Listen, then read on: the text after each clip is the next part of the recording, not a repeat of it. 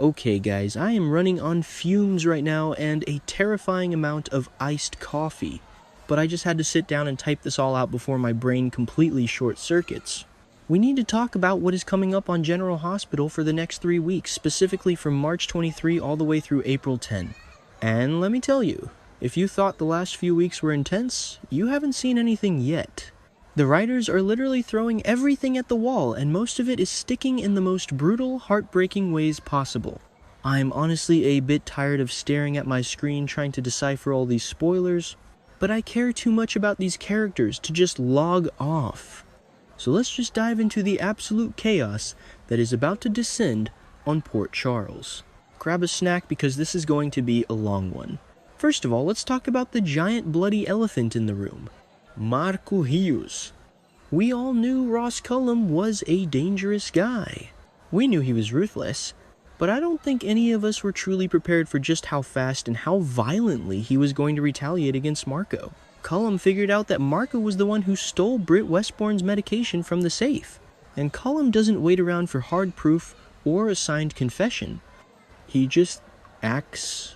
So he ambushes Marco at the law office with a knife. He literally stabs Marco to death. Just brutal. I mean, Marco was in way over his head, we all knew that. He thought he could outsmart a top-tier WSB villain because he assumed Cullum would be too scared of his dad Jen Sidwell. What a massive, fatal miscalculation. And who is the poor soul who has to find the body? Alexis Davis. Because of course it is. Hasn't Alexis suffered enough lately? She walks into her office on March 24 and just finds this gruesome, bloody aftermath. The spoilers say she's going to be absolutely horrified, and she checks for a pulse, but it's obvious Marco is gone. I can't even imagine the trauma of just walking into your workplace and finding a murdered kid on the floor. Alexis is already stressed out of her mind trying to figure out the guardianship stuff with Danny Morgan and Scout, and trying to get Willow to drop that ridiculous restraining order. Now she has to deal with the PCPD swarming her office and answering a million questions about a brutal stabbing. I feel so bad for her. She just can't catch a break. But the real heartbreak here, Lucas Jones. My heart is already shattering into a million pieces for him. Elizabeth Baldwin is the one who has to deliver the terrible news to Lucas on March 25. And honestly, I'm glad it's Liz. She's a good friend, she's compassionate, and she's going to hold his hand through that initial shock. But it's going to completely rock Lucas to his core. He and Marco were just starting to really build something, and Marco was literally trying to help save Britt's life by stealing those meds. He died trying to do a good thing for Lucas's best friend.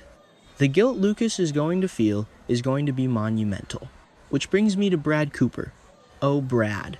The spoilers for the week of March 30 to April 3 say that Lucas is going to be grieving heavily and Brad is going to step up. Now look, I have a very complicated relationship with Brad as a character. We all remember the baby swap. We all remember the lies. But I genuinely believe Brad loves Lucas. And the spoilers say Brad doesn't want to take advantage of Lucas while he's vulnerable, but he also refuses to let him go through this alone. I actually really appreciate that growth from Brad. Maybe I'm being too naive, but it feels like he's actually trying to be a decent human being for once. Will this lead to a Brucus reunion? Probably. Do I want it? I don't know yet. I'm torn. But Lucas needs somebody right now, and Brad knows him better than almost anyone. Now let's pivot to the absolute mastermind of this nightmare, Ross Cullum. Because stabbing Marco wasn't enough. Cullum is meticulous. He knows that if Jen Sidwell finds out he killed Marco, Sidwell will unleash hell on him. So what does Cullum do? He frames Sonny Corinthos. Of course he does. It is the oldest trick in the Port Charles playbook. Frame the local mob boss. Cullum is going to plant a trail that leads straight to Sonny, and Sidwell is going to swallow it hook, line, and sinker. Sidwell is going to be completely devastated by the loss of his son. He confides in Ava Jerome, which is a whole other messy dynamic. Ava is going to be terrified because she knows what Sidwell is capable of, and she knows he's going to target Avery's father. Sidwell is going to vow to make Sonny pay in blood. So now Sonny has to clear his name for a murder he actually didn't commit, while simultaneously dodging whatever lethal attacks Sidwell is planning to launch at him. It's going to be an all-out war. And to make matters even more complicated for Sonny, he's relying on Rick Lansing to fix this legal mess. Rick Lansing. I mean, what were the writers thinking? Bringing Rick back into the fold as Sonny's criminal defense attorney, Carly, is already warning Sonny not to trust him. Alexis is warning everyone not to trust him. But Rick is insisting he's a changed man. He's out here having romantic dinners with Elizabeth, trying to convince her they have a future together, while simultaneously trying to keep Sonny out of a federal penitentiary for Marco's murder. It is a lot to juggle. I kinda love seeing Rick sweat though. Let's be real. Speaking of people sweating, let's talk about Britt Westbourne. My girl Britt is in so much danger right now, I can barely stand it. Cullum is holding all the cards. He intercepts her escape plan. Rocco Falconeri, who really needs to stop playing Junior Spy before he gets himself killed, witnesses some major trouble down on Pier 55. Cullum basically blocks Britt's escape and orders her back to Windermere.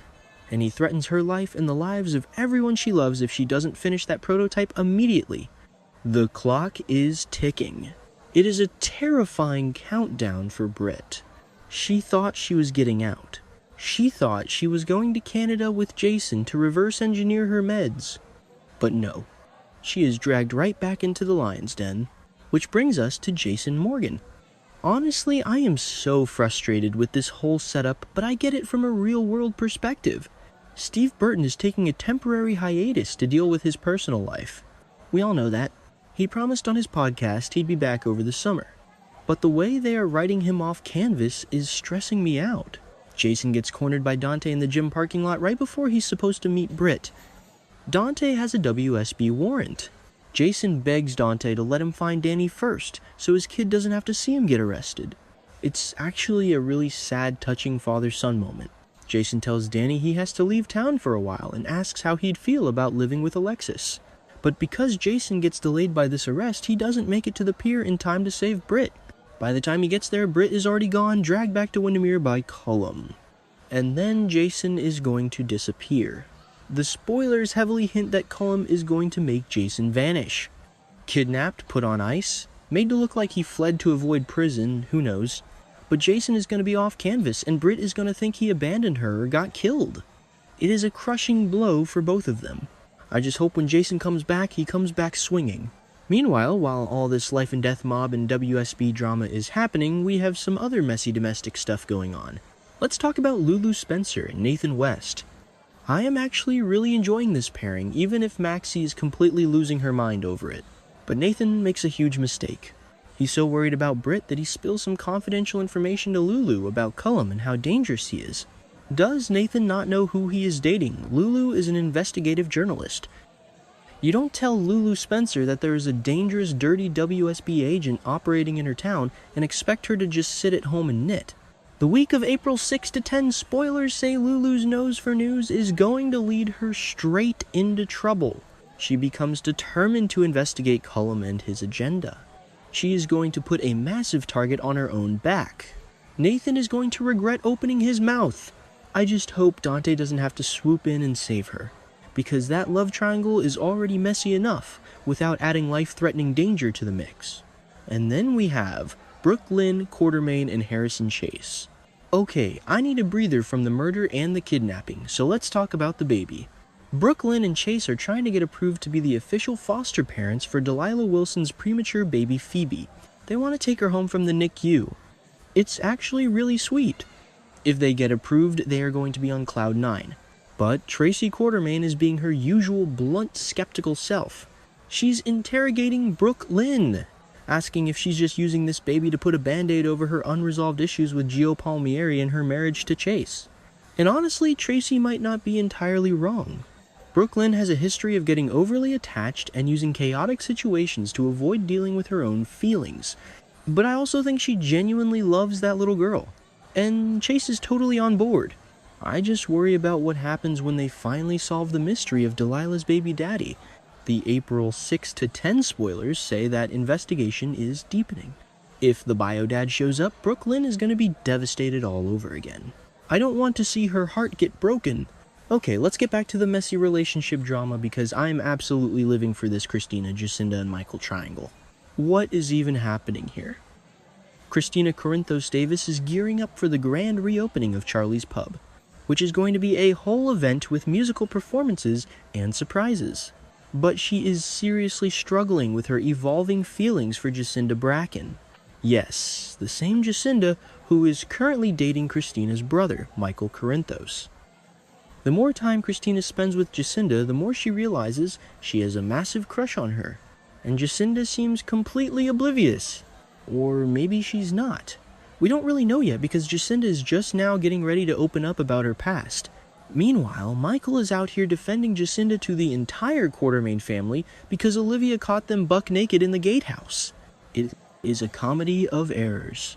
Michael is fighting with Tracy and Olivia to defend his girlfriend, completely unaware that his own sister is making hard eyes at her across the room.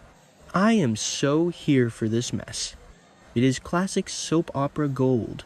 Finally, I have to talk about Willow, Kane, and Drew, because this storyline is giving me nightmares. Drew is still trapped in his own body, suffering from locked-in syndrome, because Willow has been secretly drugging him with that undetectable paralytic that Jen Sidwell gave her. It is so dark. Drew can't move, he can't speak, he can't even blink an SOS without Sidwell threatening him.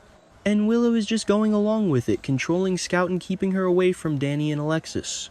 But the April 6 to 10 spoilers say Congresswoman Willow Kane is going to face even more pressure from Sidwell. He's going to use her as part of his vengeful plans against Sonny. Sidwell owns Willow right now. He provides the drug that keeps Drew quiet. If Willow disobeys Sidwell, he could expose her or cut off the supply, and Drew would wake up and tell everyone what she did. Willow has painted herself into the most horrifying corner imaginable.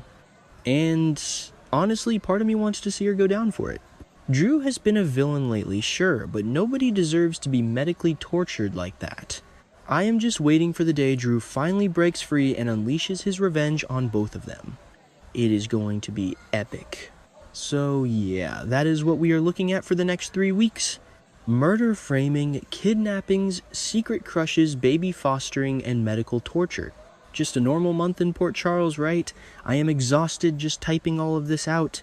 I don't know how these characters survive half the stuff they go through, but I'll be glued to my screen watching it all unfold. Probably yelling at my TV when Lulu inevitably walks into a trap or when Cullum gets away with murder again. Let's be real, none of this is going to end well for anybody. But that's why we watch, isn't it? We love the drama. We love the pain. Okay, that sounded dramatic, but you get what I mean. I need to go get another coffee before I pass out on my keyboard.